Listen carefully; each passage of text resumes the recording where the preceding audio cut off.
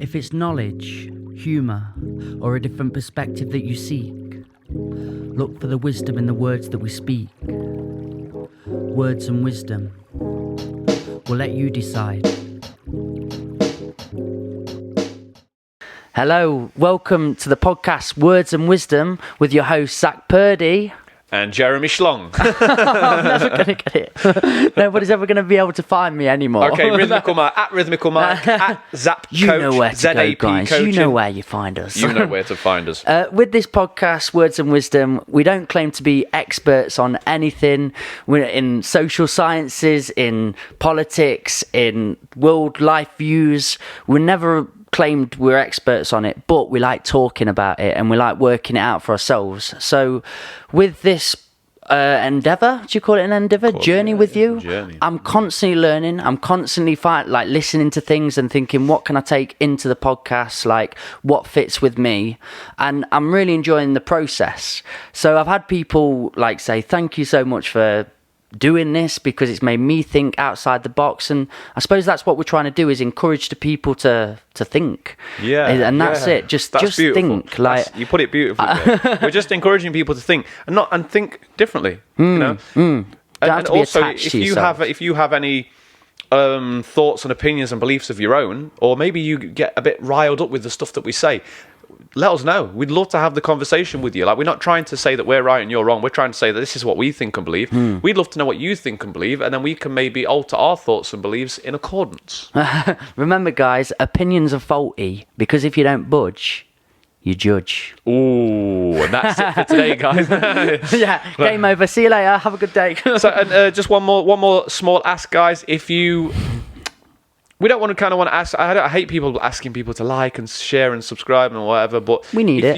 We need it. We need it. Help us get them algorithms going the right way. If you resonate with anything during these videos, and then when you resonate, drop a like on at that moment, because then that's kind of a real like. We don't want that kind of. We're not asking you to do anything crazy, but if you really resonate, like it. If you feel like there's someone in your life that could benefit from these videos, share it with them and message us. Give us ideas. We want to talk to you. Are we still accepting nudes or a couple? Now and then. Okay. Only from the right ones. From the right people. Right, okay. So today, guys, we're going to be talking about... I stole his thunder. Today, guys, we're going to be talking about, just like you said, social media. It's been a hell of a journey for me, social media, and I emphasise on the word hell. But, again, it's something that exists, Zach. It's something that is going to be now. I've stopped trying to battle against the what isness of life. This is coming. This is a thing. This is the future. So all my life where I'm like, this is bad, this is good, this is bad, this is good, I love the attitudes of this is what we're going to do about it. And that's my sort of way of dealing and thinking about social media now. I see the bad traits, I see the good, I see the arguments, I see the riled upness, I see the anger in it. There's so much scope, but how do you position yourself with it? How do you stand in it? Okay, so my personal opinion and beliefs on the situation is I use social media as a platform to provide hopefully valuable content for my followers. So, because I'm a fitness coach, a body transformation coach online. Get at me. But I use it as a platform to provide content. Okay. I also use it as a business tool because I need to let people see that what I do. So therefore, I've got to put myself in a position on social media so that they know what I do and they know who to come to. So use it as business. I don't follow many people on Instagram. I follow, I think it's 67 people. Only because I don't need all that information going in my brain all the time. I think that's unhealthy. We've not quite developed yet, and maybe we will in the future as humans. We might evolve into social media, AI, which is a scary thought, innit? But the plants, coming. So I don't follow too many. I don't want those pictures, those useless information going in my head all the time. And that's where I stand with it. I just use it as a platform. It's got good traits, such as business, such as connecting, such as helping. You can spread a good word, a positive word.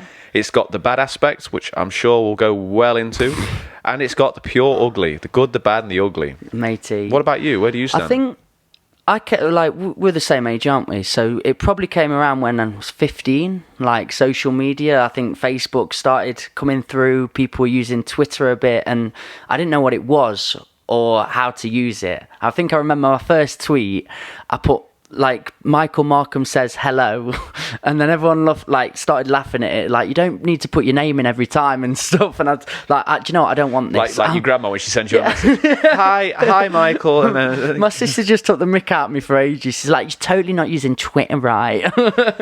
But then again, it's your platform, it's your voice. So I got into it around 15, and then I navigated away.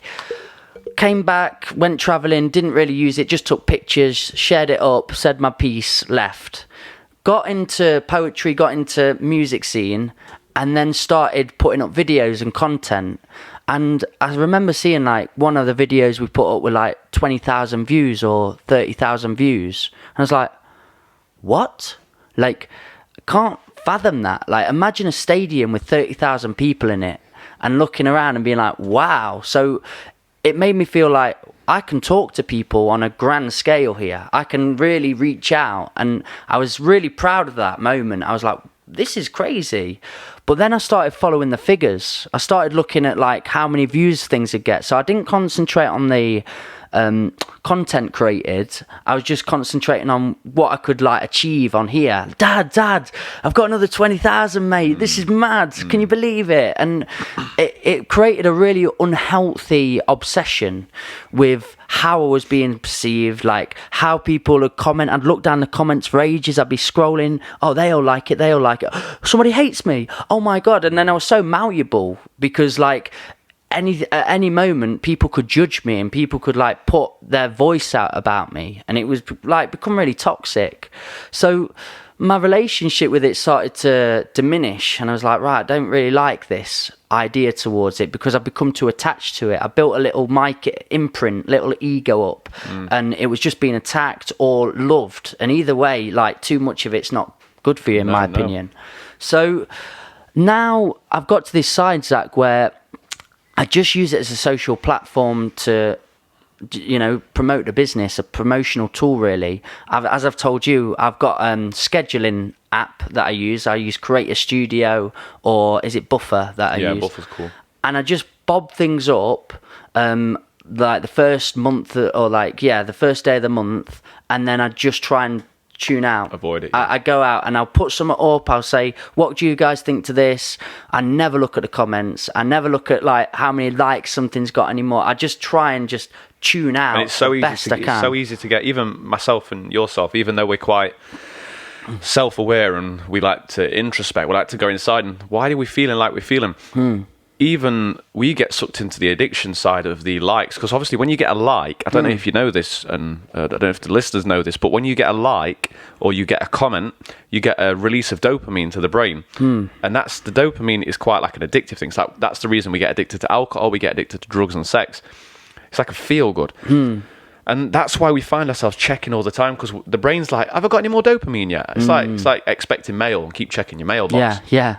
And that's how it keeps us on there, but it's not healthy because it's short-circuiting the dopamine receptor, so we don't find any joy in anything else in life. It's just we're looking for this buzz off social media. You're constantly comparing yourself to how everybody else is living, because you're looking down, you're scrolling, oh, they've just got a new car. Oh, wished I could go back down. Oh, he's doing so well. He's always putting stuff on. One thing I find in myself as well, because I'm not exempt from these feelings, is I find, because I live on my own, and as we've just spoken about, I'm perfectly happy on being on my own at the minute. I don't want to have relationships and sexual relationships, but sometimes I'll find myself going through social media, and I'll see a happy couple, and my brain's like, oh, we want that. Why can't I have that? And I'm like, no, you just reel it back in. It's not our time to do that. Our time, or me and all my friends. Smeagol. You could do that. I didn't either. Can you do the rest of the podcast in that voice? I don't think so. Please don't. It will scare me. Comparison syndrome, and I think we've got the conscious comparison, like you said. Oh, he's got the car. Why ain't I got the car? But then there's a subconscious bit that it happens in the background, and we don't even know it's happening. So we're scrolling down, and we see people having a good time, and we don't consciously think, oh, they're having a good time, but I'm not. The brain says, hold on a second. everybody's life looks amazing because we only post up, what the best part of yourself. Yeah, that's another thing I want to go into actually is. I was walking. What's real? Like, don't know. But I had a walk with my neighbour last night, and I felt as I was walking through Belper. Well, okay, basically, recently I've been very active on social media, and I've been creating a presence on social media for business. But also, I want to be as real as possible. So if I'm having a good day, I'm having a good day. Yeah, this is what we need to do. If I'm having a bad day, feel shit today, but this is what I'm going to do about it, etc. But anyway, I'm walking through Belper. And I've got this weird feeling, and it's come straight from the ego, that everyone knows me. And everyone, because I've had a few good comments, and I've been on BBC Radio. Okay, and I'm like, everybody knows me. And and then I'm like, hold on, what you trying? And then I start to feel a bit anxious and awkward. And I'm like, just reel it back in, Zach. Calm yourself down. They probably don't even know who you are. And if they do, they probably don't care. They're having a good time. Just crawl out your own arse. And then I got this feeling like, I was trying to live up to something that I created on social media. So I've got my abs out on social media in the best possible lighting with a pump. I'm saying all these positive things. Yeah. I've created this person, and when I'm outdoors, I've now got to live up to. So if I'm in a bad mood and I've had some cake and I'm not looking pumped, I feel, people are judging me. So this is what I'm trying to say, people, is we're creating this ideal version of ourselves, this superhero. Too hard to live. You can't live up to in real life. You can't live up to. It's like you've created this little avatar. Like all these avatars on fucking Snapchat. And, and we're creating avatars, and we're trying to live up to them. And it's called misalignment. You are saying and doing this on social media, but you're living down here. This misalignment is causing anxiety and depression. I completely agree. I was listening to a podcast recently. I wrote a bit down. Where did they get the statistics from? It's called the Office of National Statistics. I like a little bit of data and statistics now and here, Zach. But they're looking at depression and anxiety and suicide in teenagers, even to the point they're going 9 years old, 10 years old. And the way it was working in the 90s and the 2000s, and, we're getting into the internet realms here. Oh, man, it's so scary. But social media came in and it just bumped up. Like, it was like 12, 13%. Like, it just bumped Depression up. and anxiety.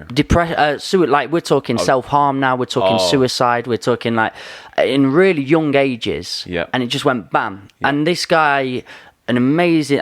what's his name? I think I wrote... I didn't write it. Sorry, mate. Sorry, non-named person. I can't give you the credit you deserve. But incredible science, social science, been documented. And he just really well put, like, why he feels it's grown, where's it come from.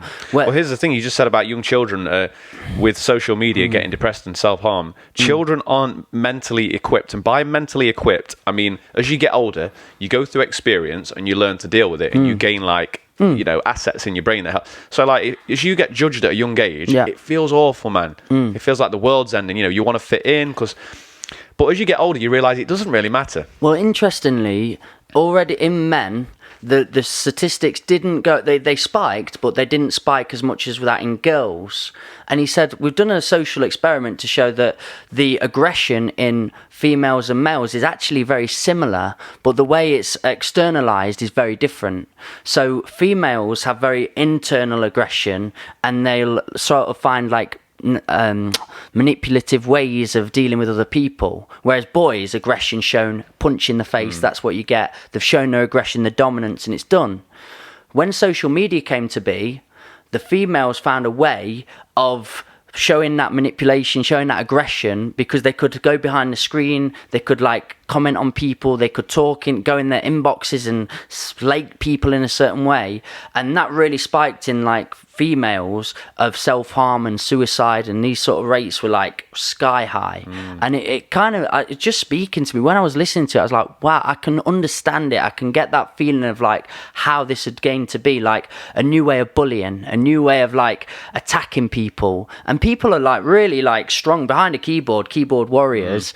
You can go where you want with it. You can talk to people how you want. You don't have to think of the consequence so much, because you go home, you go back and you type it, you go back downstairs for tea, and that impact you've put on somebody else, you don't know what you've caused there. Yeah, such a small amount of energy you've put out, but such a large amount received on the other end, definitely. And doing it in front of somebody, me going up to you and saying, don't like your hair today, Zach, even though I absolutely love it. Thank you, new hairstyle. But like, it's harder for me. I wouldn't ever do that. But like looking at a comment and putting laugh out loud, like ridiculous or whatever, Fat so cow. easy. Yeah, it's so easy. And yeah, this is the area I'm going into. I'm having a daughter soon and really excited about it. But I've had to start thinking like, what is this impact going to have in her life? Because now we're looking at the only. How are you going to equip her with that? Yeah. How are you? No, how are you? What have you thought about it? How are you going to? I'm not going to allow social media till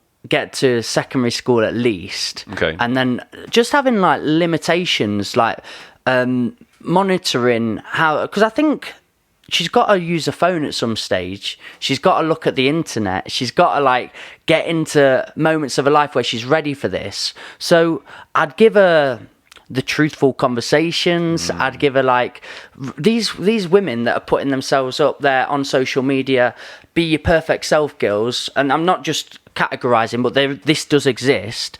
Be your perfect self, be your true self.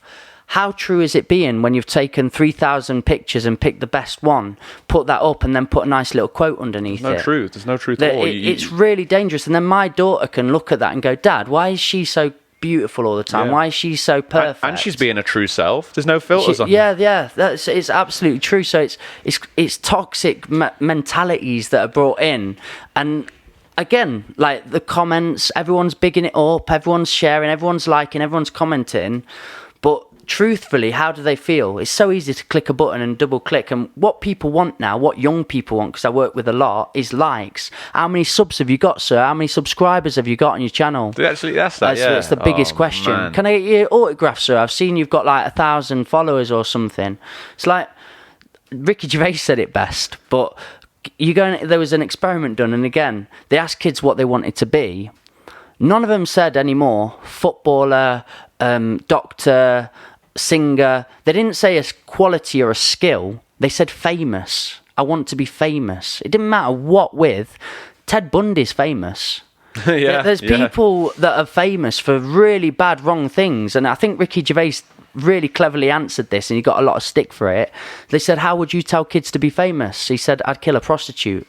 It's a really bad thing to say, but it shows a really incredible point. 100%. And I want to go back to the point where you're talking about what you're going to do for your daughter and for children. I think this is important. And if you've got children listening to this, look, sometimes you can't keep them away from reality, can you? You can't keep them away from having a phone, or you can't keep them away from because they'll find a way to get on it. I know I found a way to smoke weed when my mum told me not to. So I think the important thing what you said is having these conversations with them and equipping them early with these mental arsenal of like. So you say, right, as you grow up and you're on social media, people are going to say nasty things about you, but just remember, it doesn't matter, and it doesn't make it true. What they say about you does not dictate who you actually are. And you have these conversations with them. And sometimes I think we avoid having conversations with our children of this magnitude. Like we're like, oh, we'll just let them figure it out. But I agree with this completely. Yeah, as well. you need to instill these mental beliefs, because like you said, and we spoke about in many podcasts, it's what you believe and what you think that makes it. So if you can go into the social media already knowing that you're going to be attacked and people aren't going to like everything, and then you are going to also feel happy from the likes you get, but don't attach to it as a young age, that's a very important tool that we can take, if that makes sense. I completely agree. I think we have to instill these beliefs of like the like system and of like the comments, like to detach. I think you can on like YouTube now disable like the comments and disable certain things. We wouldn't want to do that for my platform, because you got to know what your platform is. You got to know, like, if we're doing an open discussion or a conversation, we want people to add to this. I mean, it doesn't help just going shut the fuck up, you idiots, but if people are willing to add and give to that, that's important. But I've had friends before that have put music up or put something up and said, that's my piece, that's what I've done, that's enough. I don't want to hear what people have got to say about it. This just matters to me. This is what I've got to say. You put a video out, what you got to say. You don't have to have that there. So knowing who you are, what your position is in social media. For us, again, like, I'm a social speaker, I'm a poet, I'm a writer, I've got a product to sell, I've got the buses. it is important for me to promote myself. It is important to put on events and be able to push it out there. But if you're somebody that doesn't really feel comfortable in it, doesn't understand it, doesn't have anything yet to offer it, tune out. Yeah, definitely. And instead of getting addicted to the noise, but you said there's something important there. You said know who you are, because when you know who you are, and it takes years and years to learn. I'm still learning who I am, but I've got a very good grasp of who I am now. Once you know who you are, you post your content out or whatever it is that you want to post. When people attack you and give you their opinions, which is obviously it's not fact, it's just whatever, it's their thoughts. You know who you are, you know what you stand for, and you know whatever they say doesn't really matter because you're completely fine with what you think and believe. Click of a button now to just block somebody, and that's okay. I do a lot of that. That's important. I do this thing where I'll scroll down and I'll unfollow 5 or 10 people on Facebook. So I don't actually unfriend them. Yeah. I just stop seeing the posts. You can press hide. There is ways of blocking it out, and that really does come round to like, what are you using the social media platform for? What are you trying to do? Because for me, if you're just a nice person that's got a lovely girlfriend and you're posting pictures of what you've been up to, times like that, but then you also, because the app exists, so you're spending all that time extra scrolling through other people, when you layer it all back, what are you using it for? What is the app for there? Yeah, go in with intent. Intent. I really believe that. And unconscious behaviour. So as Chrissy's sometimes caught with it, and she's scrolling, and I ask her, I'm like, what you doing? She's like, scrolling. And I'm going, well, we have got like an event coming up or something like that, and we'll talk about it. And she's like, you know what? I really wished I wasn't scrolling. I don't know why I'm doing it. This is what happens when you scroll, right? So on social media, people post when they're angry a lot, don't they? They're in this moment of rage. I'm going to post something. My boyfriend's this, or people are that.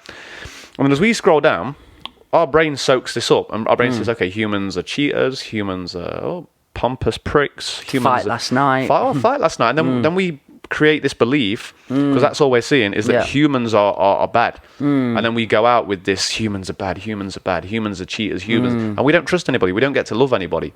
And I think that's what's happening with social media. We're seeing too much negativity all the time, and we're not actually seeing anything positive, which means we've got this warped perception of reality. You use it like as a utility, but like what we're talking, the opportunity, create opportunity on it. It's such a great platform to branch out, meet people in your field, in your passion, in your interests. There's groups on there, and they are great. Like I've met so many. I'm doing a collaboration with a guy from America. I'd never be able to do that. I couldn't just call up. Is there anybody in America there that likes? That's really hard to do. But social media has brought me closer together with people. Yeah. And use it as a tool. Use it for that. Find your opportunities on there. Yeah, Mike. man. Yeah. I do want to mention something else as well. It's something that because I've got a lot of kemped up aggression over the last week. I'm really stressed because of... Smash it out, mate. So basically, right, one thing I can't stand about social media is the fact it's given everybody the chance to be ignorant and choose when they reply, or like choose whether they reply. Like I reply to everybody, whether if they come in. I've had gay people message me on a weird vibe that I'm like, look, that's not for me, man. I'm straight, and thank you for the yeah, do you know what I'm saying? And but then they come back again and again, and I'll reply to them until the point where anyway. So I always reply to everybody, is what I'm saying, because everyone deserves a reply. Why? If someone comes up to you on the street, and goes, "Hey, up, Mikey," or no, you go up to them, you go up to me, and you say, "Hey, up, Zak, you all right?" And I go, and walk off. This is what people are doing. Now, this is what I'm experiencing. People ask for my advice, fitness, health and stuff. People ask for how much my services are, etc. Or even my own clients will open messages and just ignore me. And it's like, I'm actually trying to help you, but you're creating this resentment towards you. Or, okay, the prices might not be for you, but why don't you say, okay, thank you for your time, not for, just instead of being ignorant, because what we're doing is we're creating this like ignorant mind state of oh, I only matter. It's like a self-importance thing, because you're asking for you, and then it's not for you, so you disregard the other person.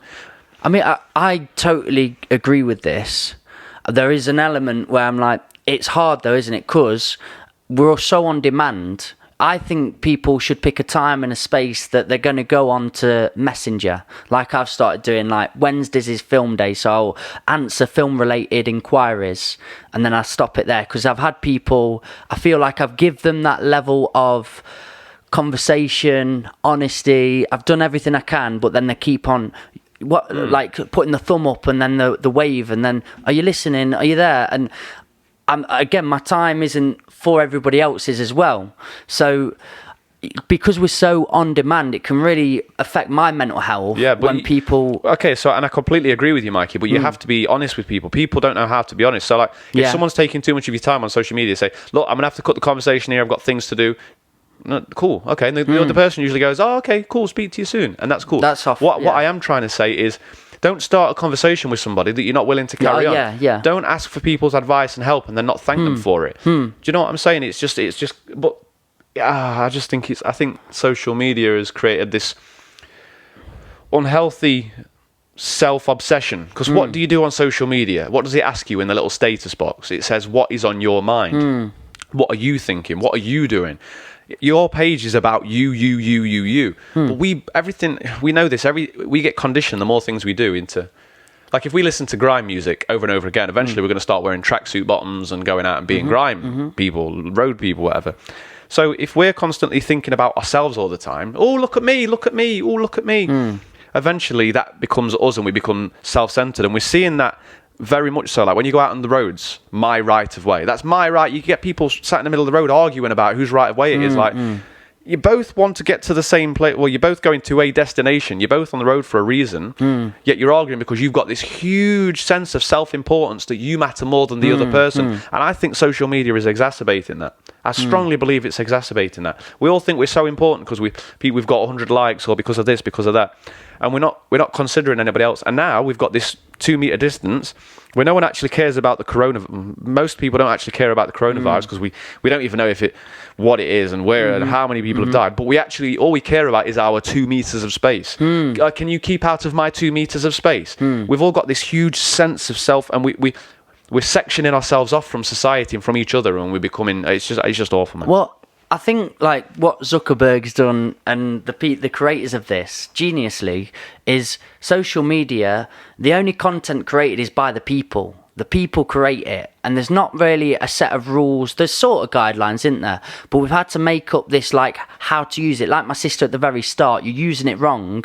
How do we use social media? What is social media to the people? And I suppose everybody, it differs what it is to them.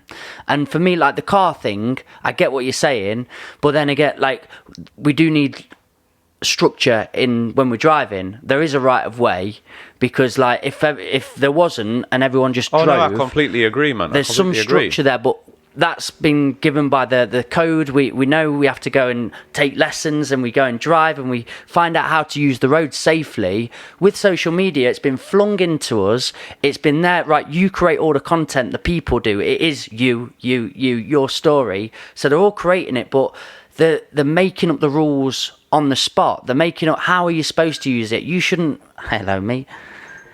You shouldn't be using it in this way. You should be using it in this way. This is how we use it. And the expectations there then, does that make sense? Like, I've messaged people to do a busking session, and then I think they've looked at it, but then not used it. But I don't know really what's going on in their life. But I like what you said there. When people have asked me for a service, I message them back a fine message, they've looked and then nothing. I'm like, well, why did you start that? Why did you get involved in a conversation and then just put a palm to my face? I agree with everything you're saying. Like, and by me saying that people need to reply to me all the time, it's quite egotistic.